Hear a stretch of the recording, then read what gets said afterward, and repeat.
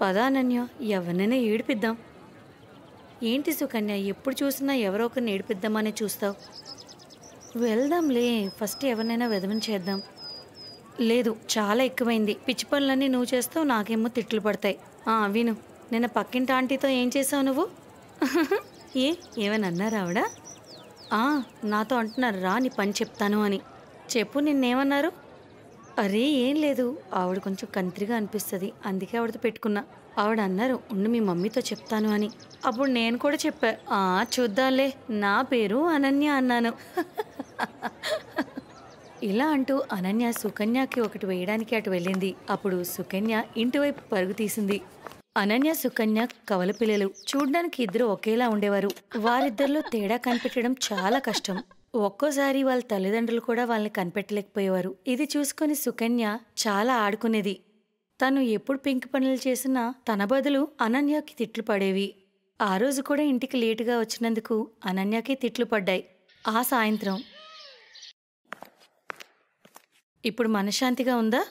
అరే, ఎందుకంత టెన్షన్ తీసుకుంటావు? 1-2 సంవత్సరాల్లో మన పెళ్ళి అయిపోద్ది. అప్పుడు నువ్వెక్కడో నేనెక్కడో. సుకన్య రోజురోజుకి అతి తెలివిగా మరీ పనిదొంగ అయింది. మరియు అనన్య వినయం మరియు సంస్కారం ఉన్న అమ్మాయి. కానీ వారి తలరాత ఒకరికొకరు దూరం కానివ్వలేదు. ఇద్దరి పెళ్లి ఒకే ఇంట్లో అయింది. పెద్దబ్బాయికి సుకన్యతో, చిన్నబ్బాయికి అనన్యతో. అనన్యకి ఇంటి పనంతా చాలా బాగొచ్చు. ఆమె వంట కూడా అంతే బాగా చేసేది. సుకన్య మాత్రం ఇవేవీ నేర్చుకోలేదు. అప్పుడు ఒకరోజు,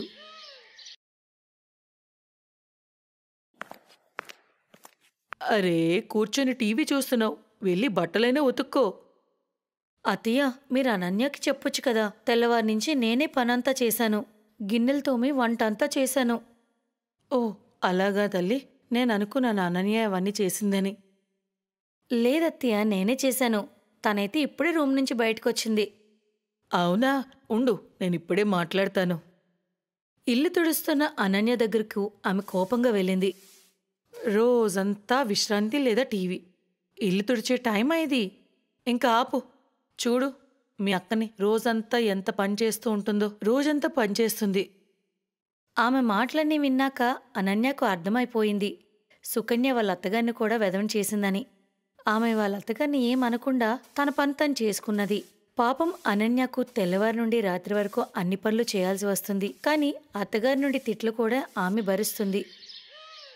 కోడలా, పద, నాతో పాటు వంటగదిలోకి కలిసి వంట చేద్దాం. సరే అత్తయ్య, మీరు నడవండి, నేను వస్తున్నాను. కమల నేరుగా వంటగదిలోకి వెళ్ళింది. సుకన్య మాత్రం అనన్య గదిలోకి వెళ్ళింది. అరే అనన్య, అత్తయ్య నేను పిలుస్తున్నారు వంట చేయడానికి. అవునా, ఇదిగో వెళ్తున్నాను. సుకన్య మరొకసారి అనన్యను ఫోన్లు చేసింది. కానీ పాపం అనన్యకు అసలు తెలీదు. అత్తయ్య సుకన్యని పిలిచింది, ఆమెను కాదని. వచ్చావా? ఎక్కడుండిపోయావు? సరే, నువ్వు పిండి కలిపే, నేను కాయగూరలు కట్ చేస్తాను. సరే అత్తయ్య. అనన్య పిండి కలిపే విధానాన్ని చూసి అత్తమ్మ చాలా సంతోషించింది. అప్పుడు, ఏంటి సంగతి, ఇంత త్వరగా అంత బాగా పిండి కలిపేశావు? అరే, నువ్వు అనన్యకి ఎందుకు ఇవన్నీ నేర్పించవు? తనకసలు ఏమీ చేయడం రాదు. అత్తమ్మ ఆమెను సుకన్య అనుకుంటుందని అనన్యకి అర్థమైపోయింది. మరియు వంటగదిలో పనంతా తప్పించుకోవడానికి సుకన్య అనన్యని పంపించిందని తనకు అర్థమైంది. తనకి సుకన్య మీద చాలా కోపం వచ్చింది, కానీ తనేం అనలేదు. ఇలా కాలం గడిచింది. సరిత కళ్ళల్లో సుకన్యయే ఇంటి పనంతా చేస్తుంది, వంటగది సుకన్య చూస్తుందని, మరియు అనన్య ఉట్టి టీవీ చూడటమే అని. కానీ అసలైన నిజమేంటో ఆమెకు తెలీదు. అప్పుడొకరోజు, తల్లి సుకన్య. ఏంటత్తయ్య? ఒకరోజు నువ్వు చేసావు కదా, అదే బాదం హల్వా, అది నాకు చాలా తినాలనిపిస్తుంది. నా కోసం చేసి పెట్టవా? అందులో ఏముందత్తయ్య, వెళ్ళి టీవీ చూస్తూ కూర్చోండి, నేను ఇప్పుడే తెస్తాను. అలా కాదు తల్లి, తినడమే కాదు, నాకు అది ఎలా చేస్తారో కూడా తెలుసుకోవాలనుంది. నేను కూడా లోపలికి వస్తాను, నువ్వు చెయ్యు, నేను చూస్తాను. ఆహాహా, మీరు కూర్చోండి అత్తయ్య. ఇంక పద, కలిసి చేద్దాం. సరళ మొండిగా నిర్ణయించుకుంది. కానీ ఇక్కడ సుకన్య పరిస్థితి బాలేదు, ఎందుకంటే ఆమె ఎప్పుడూ ఏది చేయలేదు. కానీ అత్తగారి దృష్టిలో మాత్రం సుకన్యయే వంటగదంతా చూసుకుంటుంది. కానీ సుకన్య అంత త్వరగా ఓటమి ఎలా ఒప్పుకుంటుంది? వెంటనే తన బుర్ర వాడుతుంది. అత్తయ్య, నేను ఇవన్నీ తయారు చేసేలోపు మీరు బాదం తీసుకుని రండి. అరే, నా రూమ్కి వెళ్లాల్సి ఉంటుంది, బాదం డబ్బా అక్కడే పెట్టాను. ఉండు మరి తీసుకొస్తాను. సరళ అటు వెళ్ళగానే సుకన్య రూంలోకి నడుచుకుని వస్తుంది. అనన్య సుకన్య లాంటి చీరే కట్టుకుంది. నువ్వు వెళ్ళు, నేను చూసుకుంటాను. పక్కా కదా? ఆహా, నాకు తెలుసు నీకు ఎంత హల్వా చేయడం వచ్చో. త్వరగా వెళ్ళు, లేదంటే అత్తయ్య లోపలికి వస్తారు. సుకన్య తిట్లు తినడం అనన్యకి ఇష్టం లేదు. అందుకని ఆమె వంటగదిలోకి వెళ్ళి పని మొదలుపెట్టింది. సుకన్య చేసినట్లు వాళ్ళ అత్తగారికి హల్వా నేర్పించింది. హల్వా చాలా రుచికరంగా వచ్చింది. సరళ మాత్రం అనన్యని సుకన్య అనుకొని చాలా మెచ్చుకుంది. వెళ్తూ వెళ్తూ ఆమె ఇలా అన్నది, తల్లి సుకన్య, నువ్వు మీ అక్కకి నచ్చజెప్పు. నాకైతే చూస్తే ఒళ్ళు మండిపోతుంది. చెప్పు, నువ్వు తను ఒకే తల్లి కడుపును పుట్టినవాళ్ళు కదా, ఎంత తేడా ఉంది?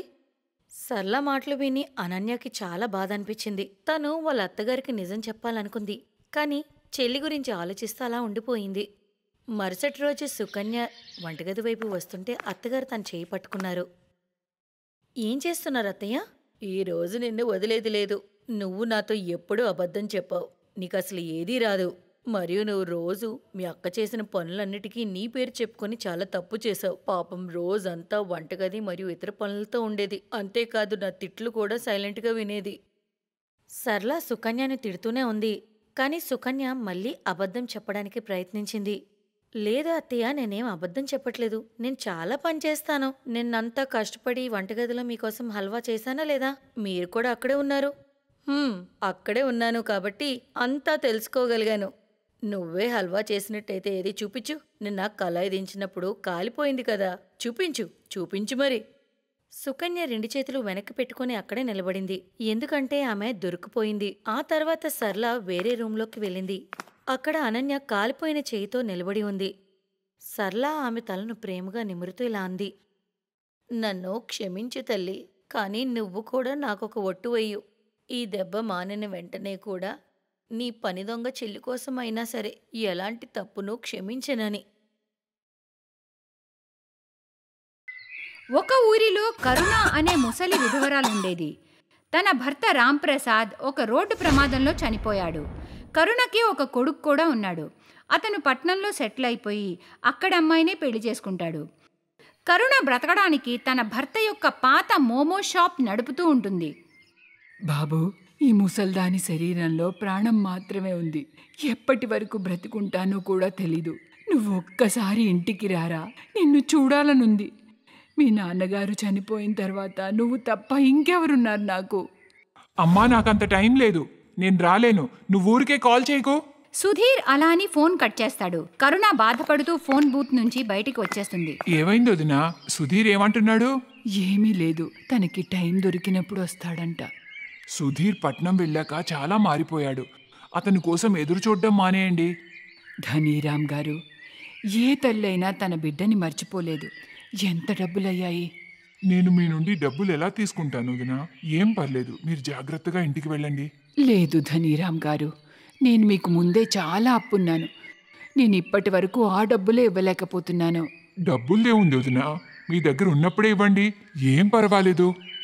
కరుణ అక్కడి నుండి ఇంటికి వచ్చి తన మోమోస్ పని చేస్తూ ఉంటుంది. రండి రండి, వేడి వేడి రుచికరమైన మోమోస్. ఒక్కసారి తింటే మీరు అస్సలు మర్చిపోలేరు. ఆమె తన షాప్ని ఒంటరిగానే నడుపుతూ ఉంటుంది. ముసల్తనం వల్ల తను ఎక్కువగా పని చేయలేకపోతుంది. అయినా కానీ తను రోజు మోమో షాప్ ఓపెన్ చేసి పని చేస్తుంది. చాలా కొంతమందే తన దుకాణానికి వచ్చేవారు. అప్పుడప్పుడు తన షాప్కి ఒక్కరు కూడా వచ్చేవారు కాదు.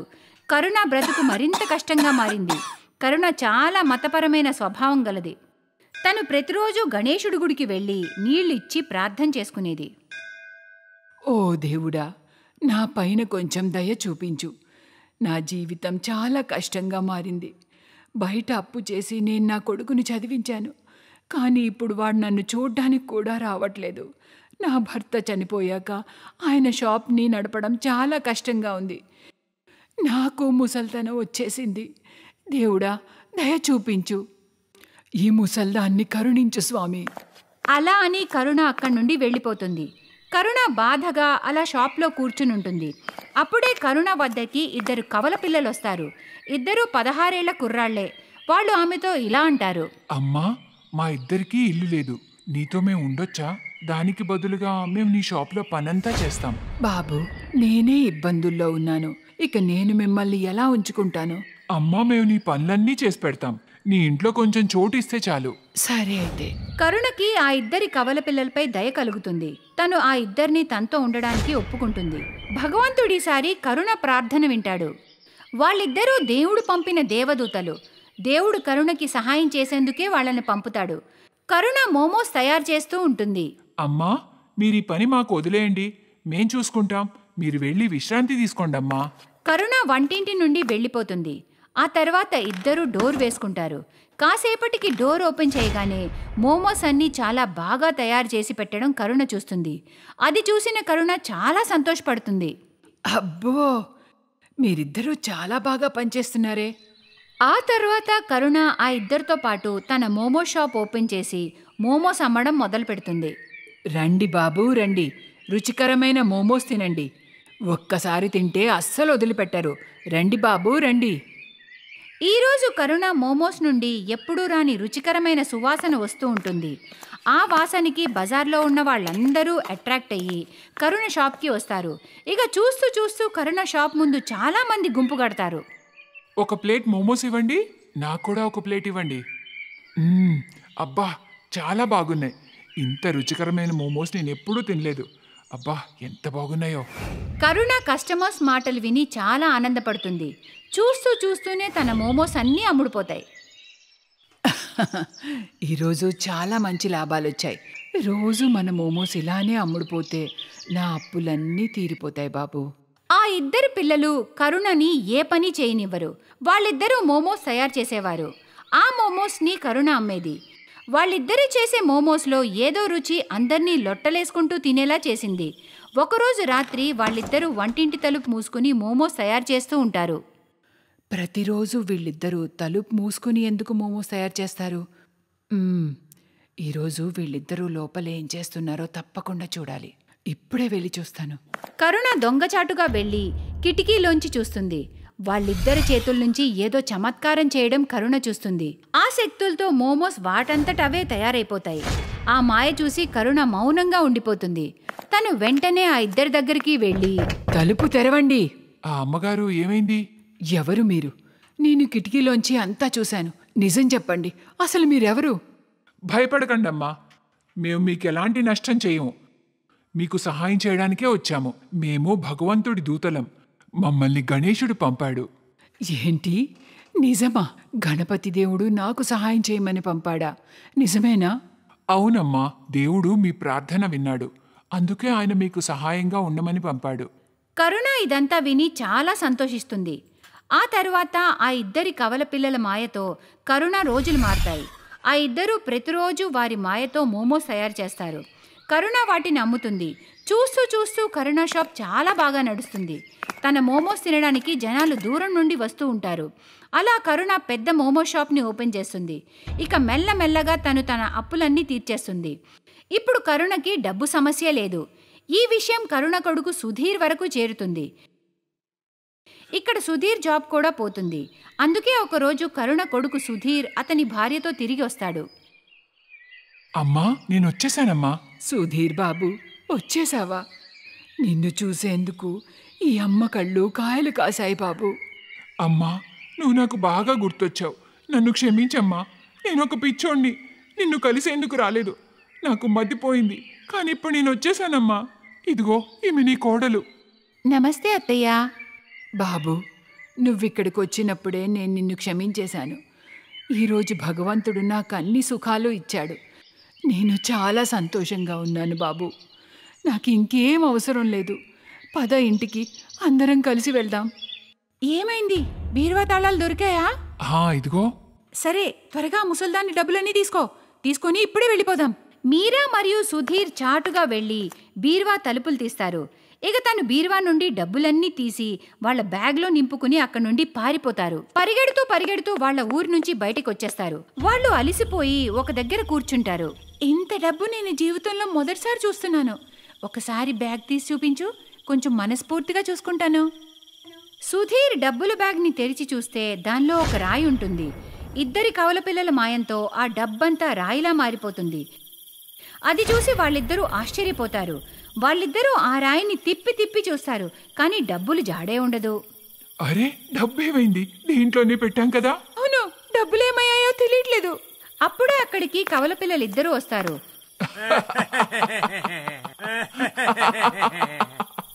పిచ్చోళ్ళారా, దానిలో మీకేం దొరకదు. మీ మనసులు బండరాళ్ళు కాబట్టి వాటిలో కూడా బండరాళ్లే ఉంటాయి. ఎలాంటి కొడుకు నువ్వు? నీ కన్న తల్లిని దోచుకుంటున్నావు. మీ అమ్మ నీకోసం ఎంతో చేసింది. ఇదంతా నీ కర్మఫలమే.